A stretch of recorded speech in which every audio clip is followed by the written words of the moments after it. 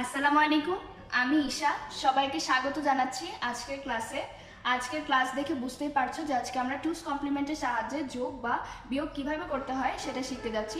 টুস কমপ্লিমেন্ট কিভাবে বের করতে হয় সেটার ভিডিও আমার চ্যানেলে আছে, চাইলে তোমরা দেখে আসতে পারো। আর আমি এখানে কিছু নিয়ম লিখে রেখেছি যে কিভাবে এই কাজটা করতে হয়। খুব সহজ চারটা নিয়ম, এই নিয়মটা ফলো করলে তুমি খুব সহজেই টুস কমপ্লিমেন্টের যোগ বা বিয়োগ করতে পারবে। সবার প্রথমে যেটা মাথায় রাখতে হবে যে সবসময় বাইনারি যোগ করতে হয়। যদি কখনো বিয়োগ করতে বলে তাহলে সেই সংখ্যাটার টুস কমপ্লিমেন্ট বের করে নিতে হবে যাকে বিয়োগ করতে বলা হয়েছে। ক্যারিবিট থাকলে বাদ যাবে। ক্যারিবিটটা কি জিনিস আমি আসছি। আর রেজাল্ট যদি নেগেটিভে আসে তাহলেও তার টুস কমপ্লিমেন্ট বের করে আসল রেজাল্টটা জানা যায়। আর এই যে 8 নাম্বার বিটে যদি তুমি 0 পাও তাহলে বুঝতে হবে সেটা পজিটিভ, আর যদি 1 পাও তাহলে সেটা নেগেটিভ। আমি একটু এক্সাম্পল দিই, এক্সাম্পল দিলে তোমাদের কাছে বিষয়টা আরো ক্লিয়ার হবে। মনে করো আমাদেরকে বললো 18 আর 13 এই দুটো সংখ্যা যোগ করার জন্য। যদি কোনো কিছু উল্লেখ করা না থাকে আমরা সবসময় এই সংখ্যাগুলোকে বাইনারিতে নিব এবং 8 বিটের বাইনারিতে নিব। এখানে কাজগুলো সবই 8 বিটের রেজিস্টার নিয়ে করতে হয়। তো খেয়াল করো 18 যদি বাইনারি আমরা লিখি, ক্যালকুলেটরে কিভাবে আমরা বাইনারি বের করতে পারি সেটাও আমি দেখিয়েছি, তোমরা সেটাও চাইলে দেখে আসতে পারো যদি না পেরে থাকো। আর 18-র যে বাইনারি মান যদি আমরা ক্যালকুলেটরে বের করি তাহলে কিন্তু আসবে 10010, কিন্তু খেয়াল করে দেখো সেটা কিন্তু 5 বিটের হয়ে গেল, 8 বিটের হলো না। তো 8 বিট বানাতে গেলে তোমরা যেটা করবে আগে 3টা শূন্য বসিয়ে দিবে, অথবা তোমরা 8421 এই পলিসির মাধ্যমেও বাইনারি সংখ্যা বের করতে পারো। তো যাই হোক 18-র বাইনারি সংখ্যা আসবে 00010010 এবং 13 এটার বাইনারি সংখ্যা আসবে 00001101। এবার আমি বলেছিলাম যে সবসময় বাইনারি যোগ করতে হবে, তাই এটা আমরা সিম্পলি যদি যোগ করে দিই আমাদের আনসারটা চলে আসবে। এখানে আমাদের আনসার যেটা আসবে 1 1, 1 আর 0 যোগ করলে 1, এভাবে 1 1 1 1 1 আর লাস্টে 3টা 0 আসবে। ঠিক আছে, যেটা আসলে ডেসিমেলে 31। দেখো এখানে 1 2 3 4 5 6 7 8, 8 নাম্বার বিটে আমরা 0 পেলাম, তার মানে বুঝতে হবে যে সংখ্যাটা আসলে পজিটিভ। আর এখানে যদি আমরা 1 পেতাম তাহলে বুঝতে হতো নেগেটিভ। এখন এখানে আমরা কোনো টুস কমপ্লিমেন্টের কাজ করি নাই, কারণ দেখো 18 বা 13 কোনোটার আগে কিন্তু মাইনাস নেই, কোনোটার আগে কিন্তু মাইনাস নাই। এখন আসো যদি মাইনাস থাকতো তাহলে আমরা কি করতাম।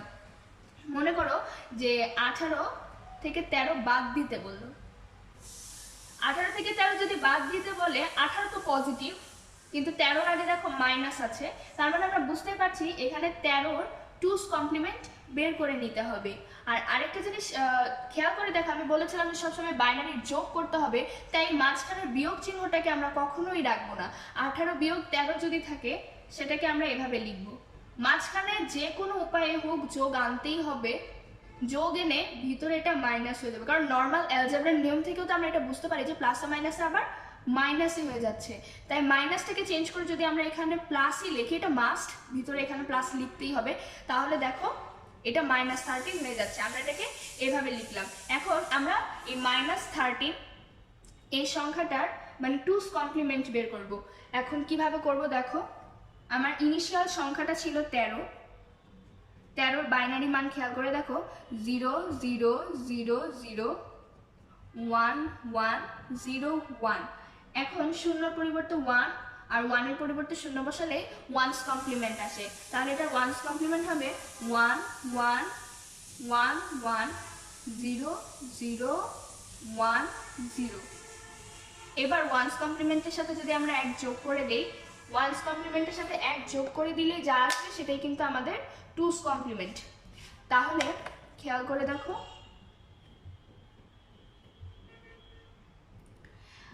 1 আর 0, আবার এইটা কিন্তু যোগ করো না, যোগ কিন্তু করবো আমরা এই যে জাস্ট 1's কমপ্লিমেন্টের সাথে 1, এই দুটো যদি আমরা যোগ করি দেখো 1 আর 0 যোগ করলে 1, আর বাদ বাকি যা আছে সেটা বসে যাবে 0 0 1 1 1 1। ঠিক আছে, দেখো 8 বিটে 1 আছে, তার মানে বোঝা যাচ্ছে সংখ্যাটা নেগেটিভ। আসলে 2's কমপ্লিমেন্ট বের করলে সাইনটা চেঞ্জ হয়ে যায়। মনে করো 13 সংখ্যাটার যদি তুমি 2's কমপ্লিমেন্ট বের করো তাহলে -13 রেজাল্ট আসবে, আবার যদি তুমি -13 2's কমপ্লিমেন্ট করতা তাহলে শুধু 13 রেজাল্ট চলে আসতো। এখন দেখো আমরা কি করব, 18 আর -13কে যোগ করব। 18 আর -13কে কিভাবে যোগ করব, আচ্ছা এখানে দেখাই যে 18-র বাইনারি সংখ্যাটা তো আমরা আগেই দেখেছি। 18-র বাইনারি মানটা লিখবো। 18 যেহেতু পজিটিভ তাই ওর 2's কমপ্লিমেন্ট বের করা লাগেনি, কিন্তু 13 যেহেতু নেগেটিভ ছিল সেই জন্য আমরা 2's কমপ্লিমেন্টটা বের করে নিলাম। এবার 18-র বাইনারি সংখ্যা ছিল 0 0 0 1 0 0 1 0। এবার আমরা কিন্তু কি যোগ, আমাদের সবসময় যোগ করতে হবে, আমরা কোনটা যোগ করব, -13 যোগ করব। তাই 18-র নিচে আমরা -13 বসিয়ে দিলাম। -13-এর মান ছিল 1 1 1 1 0 0 1 1। এখন এইটাকে আমরা কি করব, যোগ করব। সব সময় আমাদের কি করতে হবে, বাইনারির যোগ করতে হবে। তো বাইনারির যোগ যদি করি 1 আর 0 যোগ করলে 1, 1 আর 1 10 0 হাত থাকলো 1, তারপর হবে 1, তারপর 0, তারপর 1 আর 1 যোগ করলে 10 0 হাত থাকলো 1 আর 1 10 0 হাত থাকলো 1 আর 1 10 0 হাত থাকলো 1 আর 1 10। এবার খেয়াল করে দেখো, আমি বলেছিলাম ক্যারি বিট বাদ যাবে। এখানে 1 2 3 4 5 6 7 8 9, এই যে 9 নাম্বার বিট আমরা কাজ করি আসলে 8 বিট নিয়ে, সেখানে যদি 9 নাম্বার বিট চলে আসে তাহলে সেটা বাদ যাবে।